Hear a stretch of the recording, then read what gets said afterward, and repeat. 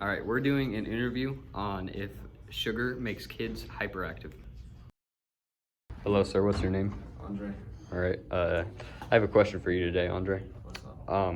Do you think that giving kids sugar causes hyperactivity in them? Yes, man. Of course, I had some tiramisu last night, and I was bouncing up and down the walls. Really? Is that the reason you believe in it? Yes. All right, understandable. Have a wonderful day. Hello, sir. What's your name? Philip? Do you believe that giving kids sugar causes hyperactivity in them? No. Why do you believe that? Me personally, I can eat a lot of sugar and it doesn't affect me. Same with my sisters. Understandable. Have a wonderful day. You too. Hey, sir. What's your name? Cameron. All right. Do you think that giving kids sugar causes hyperactivity in them? Yeah. Why do you believe that? I have a friend who had a sibling who got a hold of a can of soda that had a lot of sugar in it, and he was annoying as hell. Understandable. All right. Do you think that giving kids sugar causes hyperactivity? I have a belief that it has some sort of reasoning behind it when a child consumes sugar. That makes them a little more active than they were before. Understandable. Why do you think that? Sugar, I don't know, just with the way I've seen kids react after having sugar, including myself in the past years, that it does give you more energy. Cut! Today we are going to be fact-checking Kids Eat Right. Sugar, does it really cause hyperactivity? Well, let's talk about the sweet truth. The sugar hyperactivity myth is based on a single study from the mid-1970s in which a doctor removed the sugar from one child's diet. And that child's behavior improved since then. Over a dozen larger studies have been conducted without proving sugar causes hyperactivity. Interestingly enough, researchers have found that parents are more likely to say that their kids are overly active when they think they've consumed sugar. In one study, parents were asked to rate their child's hyperactivity after consuming a drink with sugar. Unknown to the parent, the drink was sugar-free, but the parent still rated their child as more hyperactive. So in this paragraph, it's basically telling us that are we blaming sugar for our kids being quote-unquote hyper?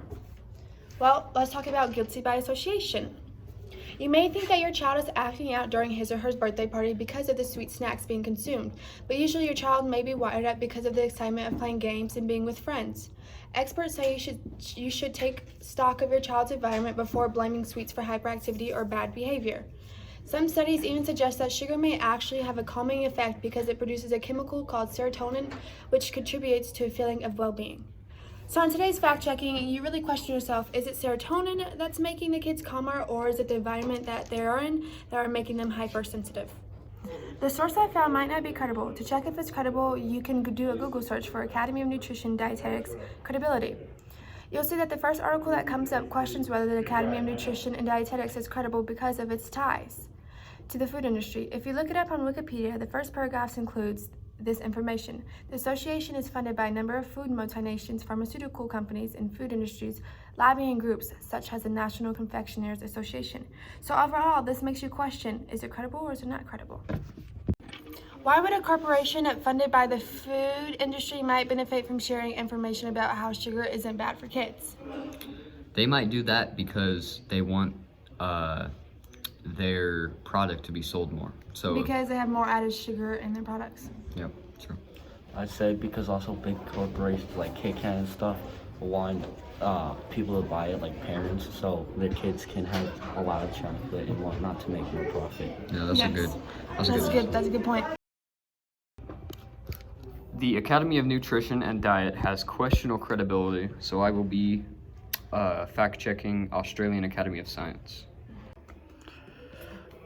Parents who told their 5 to 7-year-olds that they ingested large amounts of sugar when they in fact had a placebo were more inclined to rate their children as significantly more hyper, which shows that when given a placebo, the children think that they're going to be very hyper because of sugar, which causes them to act more hyper. But the ones that were actually given large amounts of sugar were less hyperactive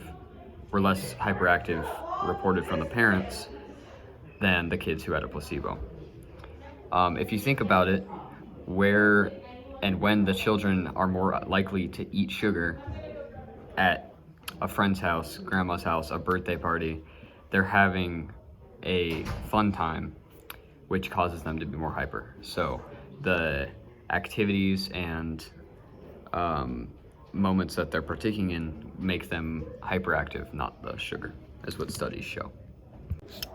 How does sugar impact the human body? Great question. That is a great question. When it comes to sugars, health experts aren't concerned with the naturally occurring ones found in fruits and other foods. They're concerned about the added sugars, whether it comes from cane, beets, or corn, which offer no nutritional value. Table sugar, or sucrose, is digested in both fat and carbohydrates because it contains an equal part of glucose and fructose, high fructose corn syrup, about 42% of the 55% in glucose.